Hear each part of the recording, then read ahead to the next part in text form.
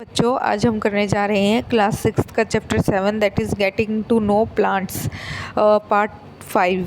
तो बच्चों, अभी तक हमने पढ़ा था about the plants, different types of plants like shrubs, trees, climbers, creepers. हमने पार्ट्स ऑफ प्लांट पढ़ा था जिसमें हम स्टेम को ऑलरेडी पढ़ चुके हैं। आज हम शुरू करने जा रहे हैं फ्रॉम रूट। तो हमने हर एक पार्ट के बारे में डिटेल में पढ़ना है ताकि उनके फंक्शंस के बारे में जान सकें और उनकी डिटेल मतलब स्टडी करनी है हर पार्ट की। तो बच्चों, आज हम शुरू करने जा रहे हैं रूट से। तो सभी को पता है रूट क्या होती है, जड़। जैसे कि आप इस गमले में देख सकते हैं, नीचे की तरफ जो ये प्लांट में मिट्टी के अंदर प्रेजेंट होती हैं वो क्या होती हैं, वो होती हैं जड़। तो उन्हें हम इंग्लिश में रूट कहते हैं। Look at figure 7.13। Who do you think is watering their plants correctly? पहेली और बूझो एंड वाई। तो अभी आपने फिगर 7.13 देखनी है और उसमें हमें यह देखना है कि पौधों को कौन अच्छे से पानी दे रहा है, पहेली दे रही है या फिर बूझो। तो आप देख सकते हैं कि जैसा कि बूझो शुरू से ही बहुत ही होशियार बच्चा है, लेकिन यहाँ पर वो थोड़ी सी गलती कर रहा है। वो पानी को गमले में डालने की जगह सिर्फ पत्तियों पर डाल रहा है, आप देख सकते हैं यहाँ पर। लेकिन पहेली बहुत अच्छा काम कर रही है, वो गमले के अंदर पानी डाल रही है। अगर देखो यहाँ पर आप खुद समझो, पानी अगर पत्तियों पर डलेगा तो वो बाहर क्या हो जाएगा, बाहर की तरफ गिर जाएगा। लेकिन पानी अगर पहेली की तरह गमले में जाएगा तो किसको मिलेगा, वो सोइल के अंदर जाएगा और सोइल के अंदर से कौन एब्जॉर्ब करेगा उस पानी को, रूट। तो यहाँ पर जो सही तरीका है वो कौन अपना रही है, पहेली। ठीक है बच्चों। Which part of the plant is in the soil? तो सोइल के अंदर कौन सा भाग होता है प्लांट का, हम पार्ट्स ऑफ प्लांट पढ़ चुके हैं। तो आंसर है root. Let us learn more about this part from the following activities. तो पहले हम एक्टिविटी 6 पढ़ते हैं। You would require 2 pots from soil, खुरपी फॉर डिगिंग, ब्लेड और a pair of scissors and water. तो इस एक्टिविटी के लिए आपको क्या चाहिए, आपको 2 गमले चाहिए, मिट्टी चाहिए, खुरपी होती है, एक तरह का इंस्ट्रूमेंट होता है जो ऐसे इस तरीके से, और ये लकड़ी का पीछे इसके बेस होता है। तो इस तरह से ये खुरपी क्या करती है, ये मिट्टी खोदने के काम आती है। ठीक है। तो ब्लेड या फिर पेयर ऑफ सीज़र आपको चाहिए, सीज़र होती है कैंची, and water. This activity is to be done in groups of 4-5 students. 4 से 5 स्टूडेंट्स का ग्रुप होना चाहिए। Select 2 plants of the same kind from an open ground and dig them out with roots. आपको 2 एक ही तरह के पौधे चाहिए, सेम हाइट होनी चाहिए, और उनको कहाँ से डिग आउट कर लेना है, ज़मीन में से। ठीक है। Take care that their roots do not break. और यह ध्यान रखना है कि उनकी जड़ें ना टूटे। Plant one of them in pot a.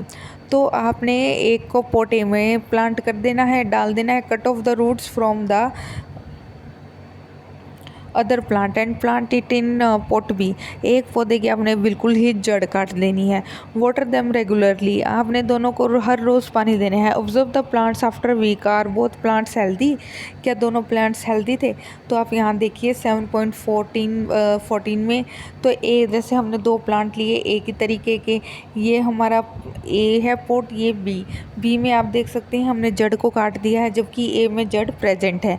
तो कुछ हफ्ते बाद जब आप पानी दोगे तो क्या हो जाएगा, ये पौधा मुरझा जाएगा, जबकि ये पौधा हेल्दी रहेगा। क्यों? क्योंकि इसके पास जड़ नहीं है, तो ये पानी कैसे पिएगा? तो इसके पास जड़ है, तो ये जड़ क्या करेगी, इस पौधे को पानी एब्जॉर्ब करने में मदद करेगी। तो इस एक्टिविटी से ये रिजल्ट निकलता है कि जो पौधा पॉट बी में है वो डेड हो जाएगा। तो both the plants are watered regularly but one is without root, isn't it? Does this activity help you understand an important function of the root? तो इस तरह से आपको एक इम्पोर्टेंट फंक्शन का पता चल गया कि रूट क्या करती हैं। Root helps in absorption of water. Let us do an activity to study another function of root. अब हम अनदर फंक्शन देखते हैं रूट का। तो एक्टिविटी 7 को परफॉर्म करते हैं। तो we would require seeds of gram and maize, cotton, wool, katori and some water. तो यहाँ पर कटोरी क्या होता है, एक बाउल, तो हिंदी में कटोरी कहा जाता है। तो उसमें आपको क्या चाहिए, आपको कुछ चने के जो ग्राम क्या होता है, चने के जो बीज होते हैं वो चाहिए, या फिर मेज आप मक्की के दानों को बोलते हैं मेज़। कॉटन, वूल, तो कॉटन वूल ये होता है आपका रुई। इस तरह से आपको ये चीज़ें चाहिए। Take 2 katoris, place some wet cotton in them, put 3-4 seeds of gram in one and maize in other. तो आपने क्या करना है, आपने कटोरी लेनी है, उसके नीचे बेस पर आपने क्या करना है, आपने रुई डाल देनी है और उसको भिगो देना है, और उसमें आपने क्या डालने हैं, ये सीड्स डाल देने हैं। तो क्या होगा, keep the cotton weight by sprinkling water every day. और हर दिन आपको वहाँ पर कॉटन के ऊपर पानी डालना है, हल्का हल्का। स्प्रिंकलिंग मतलब छिड़काव करना है, बिल्कुल भरना नहीं है पानी। Until the sprouts have grown into young plants. तो आपको क्या दिखाई देगा, जैसे कि हम पिछले चैप्टर्स में पढ़ चुके हैं, स्प्राउट्स क्या होते हैं, जो अंकुरित बीज होते हैं उन्हें स्प्राउटेड सीड्स कहा जाता है। और यह अंकुर जो बाहर निकलना, जैसे आप ये देख रहे हैं वाइट कलर का, यह क्या कहलाता है, पौधे के भाग को बाहर निकलना, इट इज़ कॉल्ड स्प्राउटिंग। तो after we try to separate the young plants from the cotton. तो इस तरह से आप फिगर 7.15 में देख सकते हैं, कॉटन के ऊपर जो सीड्स हैं वो जर्मिनेट कर चुके हैं और एक तरह से वो अब ग्रो के डेवलपमेंट के लिए तैयार हैं। तो वो it is easy to separate the cotton from the roots. क्या रूट्स में से अगर आप इनको सेपरेट करेंगे तो आपको बहुत मुश्किल होगी, क्योंकि जो पौधे का जो ये रूट वाला भाग है वो बिल्कुल जकड़ चुका है, किसमें, कॉटन थ्रेड में। In activity 6 we could not pull out the plants from the soil, right, we dug them out। तो इसी तरह से पौधों को बाहर निकालना मिट्टी का बहुत मुश्किल हो जाता है, क्योंकि उनकी जड़ें होती हैं बहुत फैली हुई होती हैं। This is because root help in holding the plant firmly to the soil, they anchor the plant to the soil. तो बच्चों ये इंपॉर्टेंट पॉइंट है कि होल्ड करके रखना।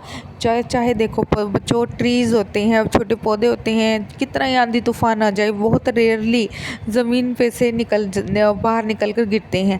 अदरवाइज़ वो डट कर तूफान आंधी का सामना करते हैं। ऐसा क्यों होता है, क्योंकि जो उनकी जड़ें होती हैं वो फैली होती हैं और पौधे को खड़ा होने में मदद करती हैं। तो एक इम्पॉर्टेंट फंक्शन है कि ये क्या करती हैं कि पौधे को खड़ा होने में मदद करती हैं एब्जॉर्प्शन के अलावा।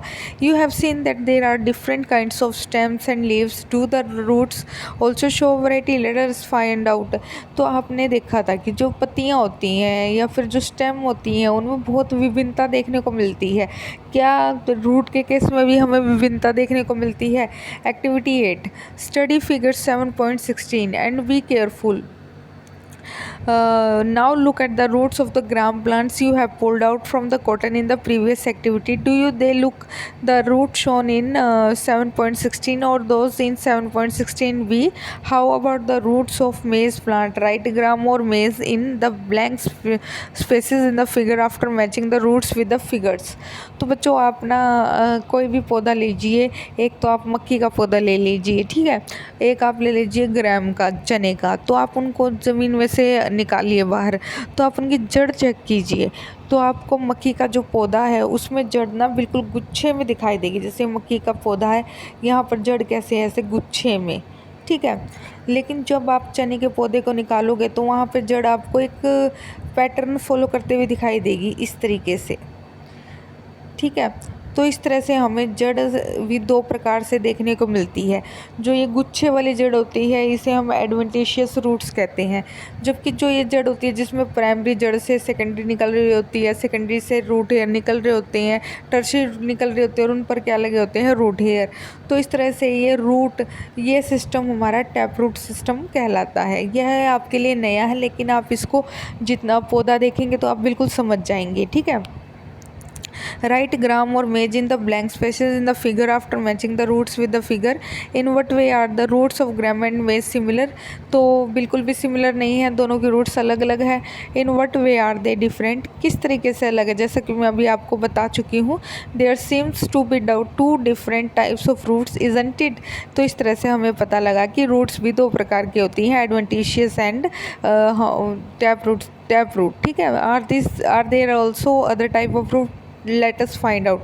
क्या इससे भी अलग रूट होती है? हाँ जी, इससे भी अलग होती है, लेकिन उसको हम अपने नेक्स्ट लेक्चर में पढ़ेंगे। तो बच्चों आज के लिए इतना ही, धन्यवाद।